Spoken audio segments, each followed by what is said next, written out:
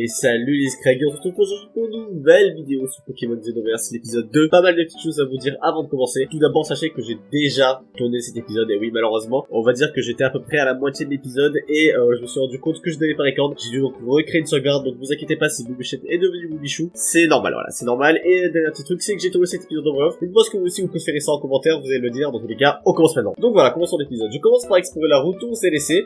Voilà, je vois qu'il y a une petite dresseuse en haut, donc je vais aller l'affronter. Voilà, elle me dit qu'il faut mettre en pratique tout ce qu'elle a appris. Bah let's go. Et bon, bon, mais bon, ça va être du one shot, un petit twister et c'était déjà fini. La théorie et la pratique nous vont travailler ensemble. Et oui, je te l'avais dit. Par la suite, je continue l'exploration de la route et je vois qu'il y a un dresseur, même en rencontré qui me sauvage, mais je skip pas que c'est chiant et le combat se lance. Il m'envoie un Coxy. Bon, Coxy c'est vraiment pas un problème, hein. Franchement, je le one shot. J'avais dit quoi, un coup critique et c'est déjà fini. Juste après ça, décide de m'envoyer un Sparkle, mais bon, c'est pas vraiment un problème, hein, avec des petits tackles. Voilà, ça va être du one shot pur et dur. Et pour finir, il m'envoie Yimine, mais qui va être one shot aussi. C'était vraiment trop facile. Juste après ça, donc on finit enfin la route. On arrive à Dwarf City. Let's go. Je décide donc d'aller soigner mes Pokémon, c'est quand même très important après une longue route. Et juste après ça, je fais un petit tour au PC, et juste histoire de déposer Grodul pour coder un Pokémon de backup au cas où on perd le Nuzlocke malheureusement. Et bon, juste après, je parle à Karateka qui me propose contre 500 $, de me donner un objet mystère. J'accepte et je tiens Focus Band, super, c'est trop nul. Par la suite, j'achète donc quelques potions, vous allez voir ça nous être utile. Juste après ça, donc je sors de son Pokémon, et alors que je me baladais, voilà, comme quelqu'un de tout à fait normal, et ben on m'appelle à l'aide, évidemment on m'appelle à l'aide, mais qu'est-ce qui se passe? Je me demande vraiment ce qui se passe. Oh non, je sais pas ce qui se passe. Et regardez, la ville est en feu. Oh non, mais qui pourrait aider à sauver ça? Et là, je vois que tout le monde appelle Aster à l'aide, mais bon, évidemment, qui est Aster? C'est évidemment, si vous vous souvenez, le pote à mon père qu'on devait retrouver qui est juste là, il se rend Suicune, je n'ai pas compris, voilà, le mec se rend Suicune, évidemment juste après il dit qu'il me reconnaît, je ne le reconnais pas, et d'ailleurs il a une belle tête de bolos, il me dit que j'ai bien grandi depuis, blablabla, et il explique surtout que mon père était son maître. Et juste après ça, il m'explique qu'il y a des Pokémon qui viennent d'un autre monde qui s'appelle le Xenoverse. Et il y en aurait un qui serait sur la Stardust Beach, c'est dur à prononcer, mais bon juste avant je décide quand même de parler à tous les PNJ de la ville, on sait jamais, mais bon je trouve pas grand chose d'intéressant, mis à part peut-être un vieux qui me donne une Poké-poupée, c'est toujours ça en vrai. Et donc par la suite finalement je décide de me rendre à la Stardust Beach pour aller trouver ce fameux Pokémon X. Mais bon, en attendant, je capture quand même un Pokémon parce que c'est une nouvelle zone et je trouve Yimine. Je ne vous cache pas ma déception, c'est un Pokémon que je trouve extrêmement dégueulasse. Bon, il est quand même un Nuzlocke, faut pas déconner, faut quand même que je tente de le capturer. Hein. Malheureusement, vous allez voir que une Pokéball ne va pas suffire et il va réussir à s'échapper. Mais bon, avec la deuxième, ça va passer, heureusement pour moi. Et puisque je suis un mec vraiment drôle et original, je décide de l'appeler Yeah Man. Vous avez compris, Yeah Man, subtil. Juste après ça, je décide d'aller combattre le dresseur d'à côté.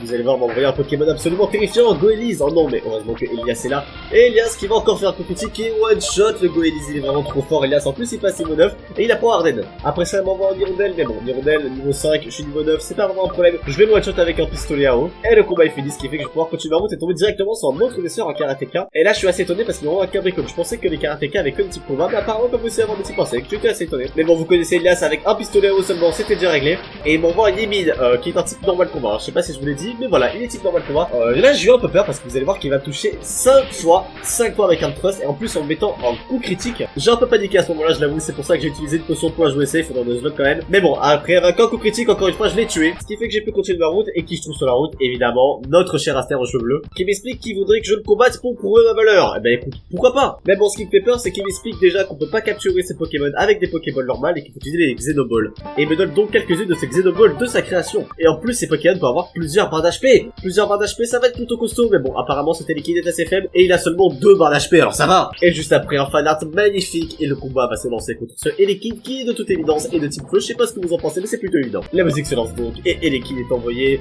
mais heureusement que Elias de type eau est là pour le ratio. Bon, malheureusement il est plus rapide que moi, il me fait lire pour baisser la défense, mais bon, ça me fait pas très peur. Et bon, malheureusement on va pas pouvoir les capturer car ce n'est pas le premier Pokémon de la zone. J'aurais bien aimé avoir un Pokémon broken avec 2 barres de vie. D'ailleurs je sais pas s'il a 2 barres de vie quand je le capture parce que ça me paraît vraiment broken, mais vous allez voir que voilà, là je vais le tuer et il va sortir une deuxième barre de vie de son cul. C'est plutôt fort, mais le combat va quand même se passer sans trop de problèmes en spammant les water guns. Alors je sais pas pourquoi j'ai pas fait twister avant, je me suis dit oh peut-être qu'il est pas type feu. Évidemment qu'il est type feu, pourquoi j'ai pas fait water gun, je suis vraiment débile, mais bon. Et juste après je suis TP au labo d'Aster qui me félicite d'avoir fait du bon travail. Et il m'explique aussi que c'est dans ce labo qu'il a créé les fameux Xenoballs qui évidemment permet de capturer dans le respect mutuel. Et juste après notre gentil Aster après m'avoir félicité m'explique qu'il serait peut-être temps que je combatte le maître d'arène et c'est bien vrai, mais bon d'abord, il faut quand même que je me soigne de son Pokémon. Après avoir soigné le Pokémon, je décide donc de me rendre vers l'arène. Et bon, c'est à peu près là que je m'étais arrêté la dernière fois, voilà. Donc je me suis rendu compte que je n'avais pas record. Je suis vraiment un gros boulet quand même. Hein. Je me rappelle qu'il va me servir à rien parce qu'on est dans le zone, mais c'est pas grave. On rentre dans l'arène et vous voyez que c'est une nouvelle zone. Et en plus, on peut capturer des Pokémon. Et vous allez voir que c'est la chance de la vie, je trouve, sur un Misterm. C'est la meilleure chose qui ait pu m'arriver de tout ce Nuzlocke, de toute cette vidéo. Donc je vais essayer de l'affaiblir pour le capturer. Vous allez voir que ce Misterm va juste être un jeu absolu et que heureusement que je l'ai eu. Il commence à faire des vols de vie, mais bon, c'est pas trop un problème. On a quand même de quoi le capturer. On a des Xénoballs, des Pokéballs, mais bon, on n'est pas xénophobe, donc on va le capturer avec une Pokéball normale. Hein. Nous, on adore ce qui est normal, pas ce qui est différent et qui vient d'un autre monde. Et bon, sans trop de surprise, on arrive à le capturer. Et là, vous allez voir qu'il se passe un truc assez drôle, c'est-à-dire que je vais l'appeler Madame Bovary, en référence au roman de Flaubert. Ce que je vais faire une énorme erreur, je vais l'appeler Madame, en fait. Et sans faire exprès, je vais appuyer sur Entrée. Ce qui fait que je vais juste valider et qu'il s'appelle juste Madame. Et je peux pas le renommer, c'est pas possible, c'est trop tard. Après ça, évidemment, je me soigne au centre Pokémon, faut pas déconner quand même. Je reviens donc à l'arène et vous allez voir que je suis pas au bout de mes surprises parce que, évidemment, il y a une petite énigme un peu nulle, mais ça, c'est pas trop le problème. Mais la dresseuse, vous allez voir que si je n'avais pas eu ce Misterm, probablement que j'aurais perdu le Nuzlocke ici. Ce n'est pas une blague. Bon, elle envoie un Misterm au début qui est quand même niveau 8, hein, c'est très haut level. Je rappelle que mon starter n'est que niveau 9. Donc là, ce qui fait que je vais quand même devoir switcher parce que il n'est pas assez haut niveau mon Misterm. Je renvoie donc Elias et ça va commencer à être chaud parce que là il fait croissance. Il fait croissance, je vous avoue que j'ai vraiment commencé à paniquer à ce moment-là. C'était vraiment très dur. J'avoue que c'était vraiment très chaud, mais je vais quand même décider de spammer les twisters parce que je n'ai pas d'autre choix finalement. Il fait absorbe. Heureusement que je suis neutre à la plante et pas faible finalement parce que sinon je pense que j'aurais juste perdu ici en fait parce que là avec des Volvis ça va vraiment être une affaire vraiment complexe. Mais bon, avec un petit peu de connerie de l'adversaire et un peu de chance, je réussis enfin à le tuer. Vous pouvez voir la vie de mon starter, c'était vraiment très chaud. Bon, en plus de ça, on level up avec Elias et aussi avec Madame qui level up, c'est plutôt cool. Et après ça, il m'envoie un Spododo. Alors là, Spododo, si je n'avais pas Misterm, c'était déjà loose. C'était déjà loose parce que Spododo, il est type plante, donc résiste au type eau, et il est type fée, donc immunisé au type dragon. J'avais juste perdu, sans déconner, j'avais perdu là si je n'avais pas Misterm avec une attaque poison qui est doublement efficace. Vous allez voir que là, le petit acide qui est doublement efficace, malheureusement, ne va pas le one shot parce qu'on est assez bas level. En plus, il va tenter de me rendre confus. Donc, vous allez voir que ça ne va pas trop jouer. Mais bon, voilà. Merci Misterm qui va enfin réussir à tuer ce Spododo avec un acide bien placé. Et là, je me dis que l'arène va être vraiment très dure. C'est pour ça que je me décide de quitter l'arène pour aller XP Misterm parce que je me rends compte que ce sera vraiment impossible de gagner sans Misterm, clairement. Et au passage, je tombe sur un dresseur que je n'avais pas combattu la première fois, qui est un putain de hippie. Mais visiblement, un hippie hyper cool parce qu'il a un chat qui est vraiment trop stylé. Regardez-moi la gueule de ce chat, sans déconner, il est trop beau. Et bon, heureusement pour moi, il était type électrique, donc c'était pas trop un problème pour Misterm. Vous allez voir en plus que ce chat m'a donné une XP de fou. Regardez, je vais gagner 2 niveaux avec Misterm, c'est vraiment incroyable de niveau en Pokémon. Hein. On pourrait combattre le vénère sérieux. Dans tous les cas, je décide de retourner à l'arène après une belle section d'XP et être passé niveau 12, qui est quand même déjà pas mal. Encore une fois, cette année pas très compliquée, on va pas se mentir. Et je tombe sur un deuxième dresseur. Le dresseur qui m'envoie donc un fantôme, il est trop mignon, gros, c'est l'homme, il est vraiment trop mignon. Et bon, après avoir passé une petite croissance, je décide de mettre fin à ces jours, malheureusement, même s'il est trop mignon. Et il n'avait qu'un Pokémon, donc le combat est déjà terminé. Et vous allez voir que là, cette fois-ci, il y a des stèles, mais qui ne disent absolument rien. Pourquoi? Je sais pas. Mais bon, écoutez, je décide donc de continuer mon chemin et je vois qu'enfin le champion d'arène est là. Mais bon, avant ça, faut pas déconner, un petit tour sans Pokémon.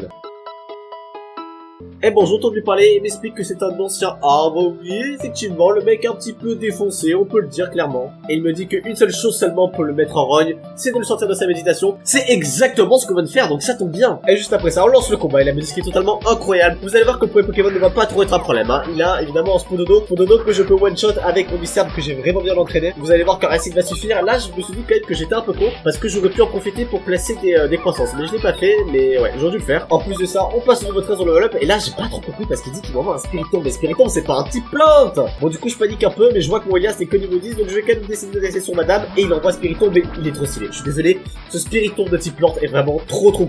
Vraiment, je suis tombé amoureux du Pokémon, mais bon, j'ai quand même un petit peu paniqué parce que vous allez voir que là je vais décider enfin de placer des croissances parce que je me dis que bon voilà, ça pourrait m'aider à le tuer. Et vous allez voir que ça va être un tout petit peu d'erreur parce qu'il me rend confus. Et qu'est-ce qui va se passer évidemment quand je suis confus? Vous l'avez deviné déjà, bon, il me fait grasse note, ça c'est pas trop un problème. On va se taper dans la confusion et avec le boost d'attaque de croissance, je prends des dégâts juste ahurissants et je me dis c'est la fin. C'est la fin, je vais déjà perdre le Nuzlocke, ça va être terrible, mais bon, je panique pas, j'utilise une potion pour me soigner, et après ça, je décide de spammer les acides. Heureusement, je sors de la confusion directement, parce que là, franchement, ça aurait pu être très compliqué. Heureusement, je me dis qu'il doit avoir que des attaquements, parce qu'il continue à spammer les grasses notes, ça va le faire, je me dis que ça va le faire, je vais faire des acides, et il prend vraiment pas beaucoup de dégâts, parce que Spiritomb, contre un Misterm, il a des stats qui est vraiment incroyable, alors surtout qu'il a des stats de Pokémon, un stade d'évolution, donc des Pokémon évolués, quoi. Et bon, moi, j'ai un tout petit Misterm, donc je panique, et là, je me dis que ça va être la fin, mais non, il utilise une potion, c'est pas grave, je me dis que finalement c'est pas... J'ai que un rose palmier acide et que ça va passer. Mais non, parce que regardez ce qu'il fait, il fait de Shadow Sneak. Je comprends pas pourquoi il l'a pas fait depuis le début, regardez ma vie, j'aurais perdu s'il avait fait ça. Mais bon, heureusement, il est battu, ça y est, je suis trop content, j'ai vraiment cru que j'allais perdre ce match. Franchement, merci madame, le MVP de cette arène. Si je n'avais pas eu de mystère à ce moment-là, vraiment, je pense que j'aurais perdu, je suis vraiment trop content de l'avoir capturé, vraiment. Et en plus de ça, il me donne la CT de Herbe. Bon, ce qui va pouvoir me servir, mais pour le moment, je vais pas trop la prendre, parce que bon, les Pokémon de début de jeu sont plutôt lourds et j'ai déjà de bonnes attaques. En sortant de l'arène, je croise Aster, mon pote, qui m'explique qu'il est très fier de moi, et surtout qu'il a une faveur à me demander. Et oui, il y a un de ses scientifiques qui travaillait sur l'excès de vol avec lui, qui a mystérieusement disparu. Suspect tout ça. Apparemment, il s'est barré sur une île, la Proxima Island, et il n'a plus donné de nouvelles. Ouais, je pense qu'il s'est juste barré avec toutes les recherches avec mes parents. Et là, j'ai pas trop compris les mecs, parce que regardez, il me dit qu'il me donne une récompense si je le rejoins au labo, donc c'est ce que je vais faire. Mais bon, d'abord un petit coup de soin quand même, faut pas déconner. Et là, je lui parle, mais regardez, il ne me dit absolument rien. Il me dit juste comment aller à la Proxima Island, mais je m'en fous. Donne-moi ma récompense, putain. Pourquoi tu m'as menti, là, sérieux?